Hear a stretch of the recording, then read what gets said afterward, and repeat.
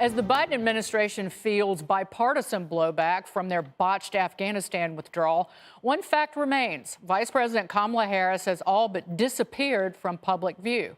The second in command, who bragged about being the last person in the room, has hardly commented on the crisis, and that may be on purpose. Fox News contributor Joe Concha labeling Kamala Harris as the absentee VP by design, saying this, quote, "Since Harris took office, she has yet to hold even one formal solo press conference. Not one. And it's also been weeks since Harris sat down for a one-on-one interview. There's a reason for that." Greg, is Kamala Harris a liability for the Biden administration, or are they a liability to her future political career at this point? I have a theory, but first I want to let everybody know that on Gutfeld tonight, we'll be doing an in-depth investigation into her whereabouts. Just a key hint, we haven't found her. So, but there'll be lots of new breaking information. Where's Raldo? Yeah, exactly. She went from the star pupil, to the weird aunt you keep in the attic. She went, it's an amazing transition, and it is so fast. Voted basically most likely to be president, and she could barely get free Wi-Fi at Arby's. So I don't know. Okay, my theory. Where's my theory? I have a theory I wrote down here. Okay, here's my theory.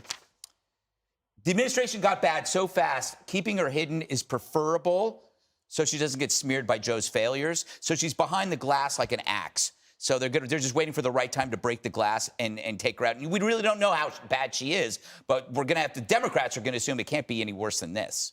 That's my theory. No?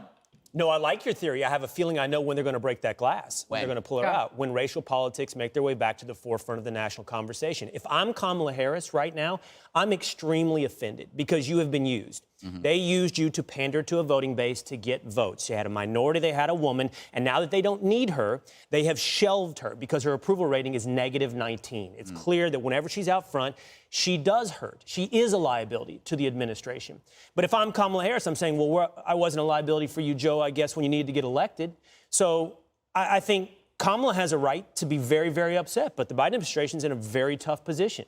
Do we admit that we used Kamala to get elected, or do we run her back out and hurt our numbers the way hers have plummeted? Until the anger and rage over this Afghanistan withdrawal fades, hopefully it doesn't. Hopefully the American people will remember.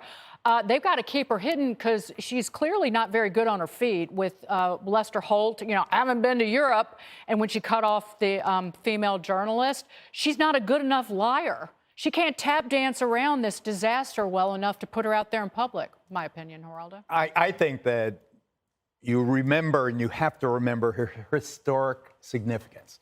Black woman, first South Asian, first woman in the White House. Remember that, and remember the burden that she carries, and remember how she was so misused on the southern border.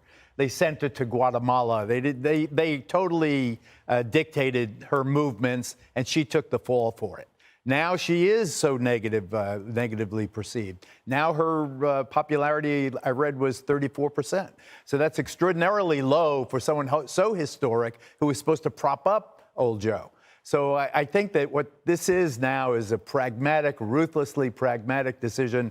Keep her on the low down right now. When the time comes, if it is about race, you can always bring her back. But she proved that she can't handle herself in those interviews. Well, Shannon, again, she's got the crown on her head. I'm not making, but she's got to keep it there. And she stepped on it. Yeah, but think about this. I think Will has a great point. She was a great fit for this ticket. Obviously, checked some serious boxes, and it was exciting. It was historic for a lot of people. But remember, during the primaries, she never caught on fire. She wasn't great in the primary debates. She wasn't polling well. She couldn't raise money. She had to drop out. So while she was a good fit on the ticket, whether she can be a good leader and manage things well is a totally different question. And so far, she's gotten the worst assignment, which is the border. And so that's going to be a difficult thing for any vice president because it's an unsolvable problem. She's probably going to be a professional tiebreaker. Given what's going on in the Senate, that's what she's going to do in Washington is go up there and break ties whenever it matters. But it's not like she showed during the primary process that the American people loved what she had to say substantively or that she was up to taking that next step. Well, did you have something you want to say? No, I was before just going to say I miss her laugh. So always brightened my day whenever I thought it was she your would laugh. ringtone. So Is it was- not your ringtone? Yes, it is. It is. But I keep thinking, do you guys watch Storage Wars? I keep thinking that I'm going to Yes. watch an episode and they're going to open up a container and she's going to leap out. That shows how kinky you are that you watch stories. You never Or know that what you the find. vice president's hiding in there. Yes. Jump out. No, that's not kinky. 90 Day Fiance is kinky. Oh, Geraldo. don't even get me started Yeah, on that one. exactly. Naked and Afraid. Naked. And the show, too. No, it's Naked. naked and scared is how we say it. That's our version. Greg Gutfeld. Hey, Sean Hannity here. Hey, click here to subscribe to Fox News YouTube page and catch our hottest interviews and most compelling analysis. You will not get it anywhere else.